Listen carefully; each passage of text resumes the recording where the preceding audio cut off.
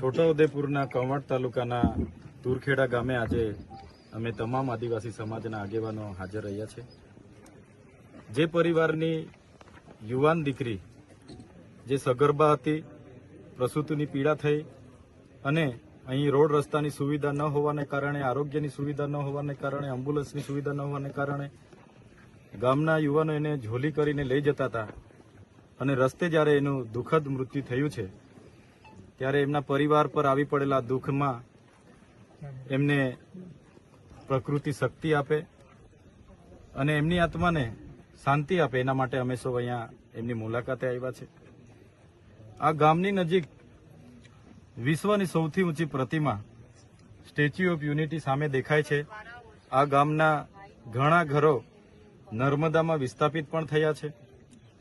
સરકાર એક બાજુ આઝાદી કા અમૃત મહોત્સવ મનાવે છે, મહિલા સશક્તિકરણની વાત થાય છે, સમાનતાની વાત થાય છે, તો આ એક વરવી વાસ્તવિકતા છે। ગામમાં આવીને અમે જાણ્યું કે અગાઉ પણ આવી રીતના 3 થી 4 બનાવો આવી રીતના જ મરી ગયા છે।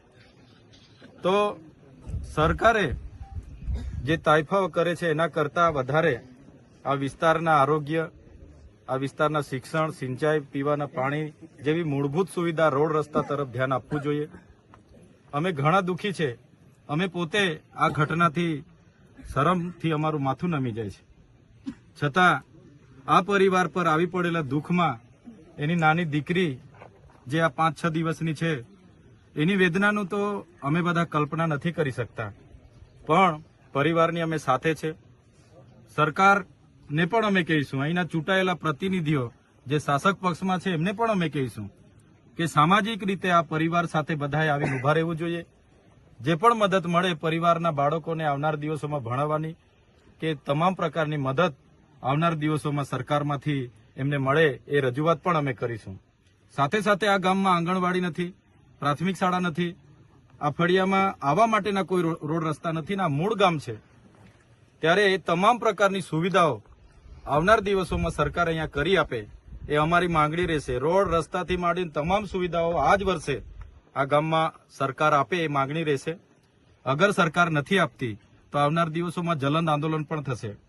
અમે લોકોએ દેશના વિકાસમાં આટલું બધું યોગદાન આપ્યું છે અને આજે અમારે આ વેઠવું પડે છે ત્યારે અમને ખૂબ દુઃખ થાય છે। એટલા માટે જલંદ આંદોલનો પણ થશે અને અમે આ ગામમાં જે પણ મૂળભૂત સુવિધાઓ બાકી છે પૂરી થાય એવી સરકારમાં માંગણી પણ કરવાના છે। હાઈકોર્ટે શું મોટો